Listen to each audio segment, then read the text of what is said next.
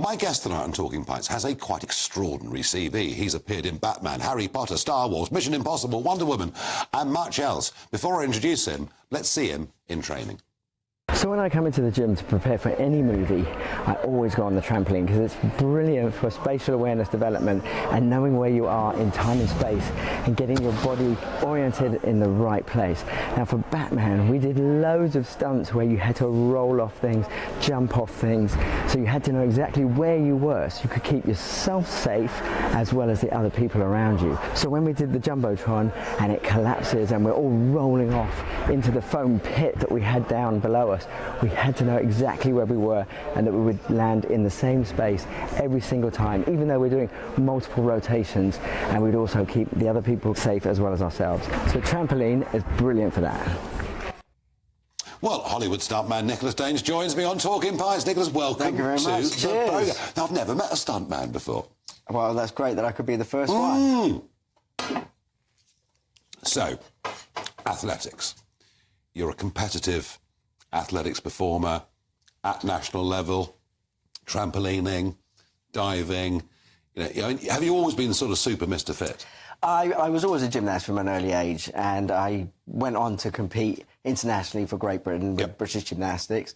And so I was so used to jumping off things and falling off things that when I got into the entertainment business, I really found my feet, and stunts was a natural fit for me, and I haven't looked back. So I literally sort of fell into the business in a way. But how does a gymnast, a young lad from Surrey who's a gymnast, finish up in Hollywood on all these big films? Was it just because a lot of people just head to the West Coast, take a punt, see what happens?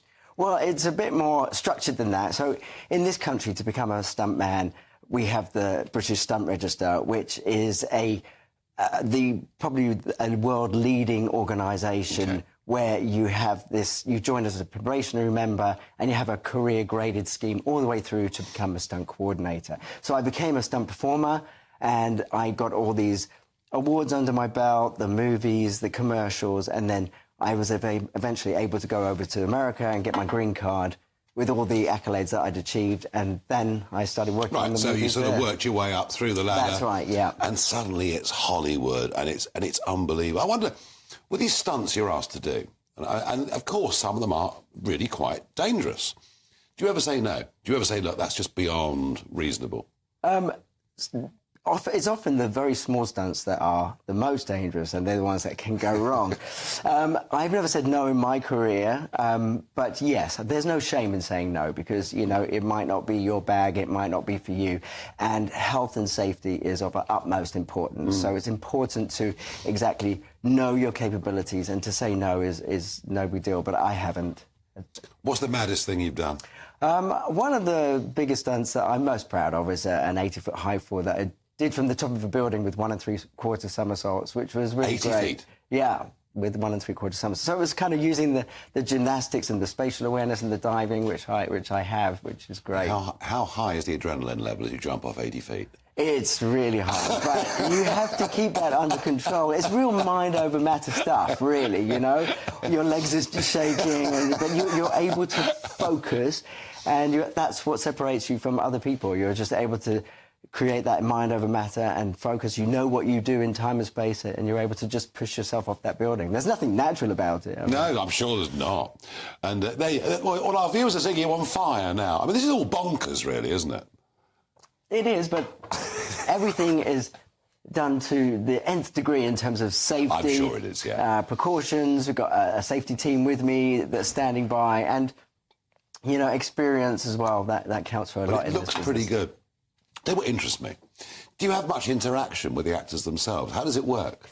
It depends what you're doing. If you're doubling an actor, then you'll have to work very closely with them with the action. Yeah. You'll often line it up and perform the stunt yourself, and then they'll do maybe a watered-down version, or you have to train them up to be able to do the stunt itself.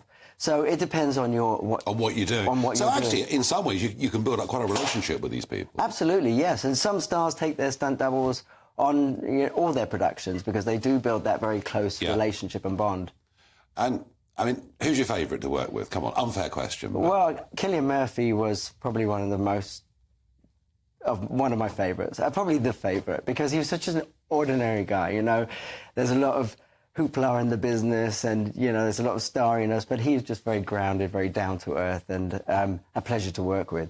Now, these Hollywood actors, I mean, and not all of them, but those at the top, and the ones that you've worked with, make just, I mean, eye-watering sums of money. Is it the same for Nicholas Daines? Have you made an absolute Hollywood fortune?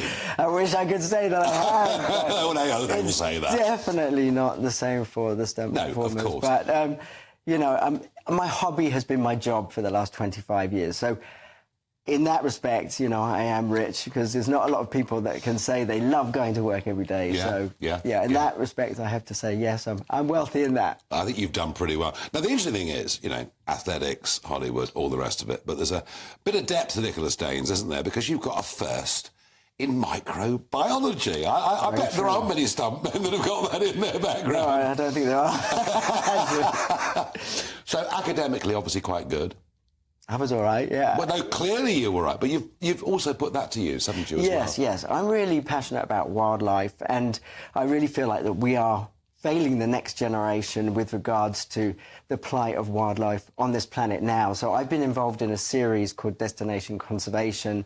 I've been making that to take kids and get them involved in conservation with endangered species, because, you know, if we've got to hand them the tools that they're really going to need to clean up the mess that we've made, then I feel like, you know, we really need to, they need to understand, get them to understand what the problems are on the ground facing these creatures. So it's great that it's come full circle, that I've been able to use my scientific background to then hopefully do some world of good. And make your films and make your videos. And I mean, you look at the orangutan, a project that you've been involved with and other friends that might have been involved with.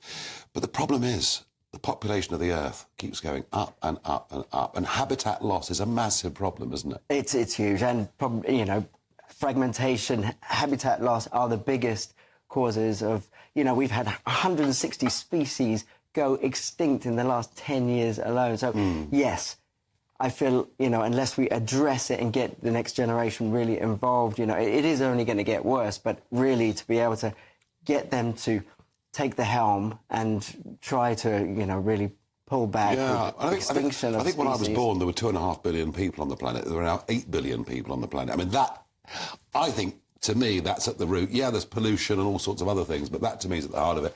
So is that kind of how you relax, or are there other hobbies that you have? I mean, you've got a drink there, so you obviously enjoy a drink. I love my Guinness, so that's good. And my red wine, I love that too.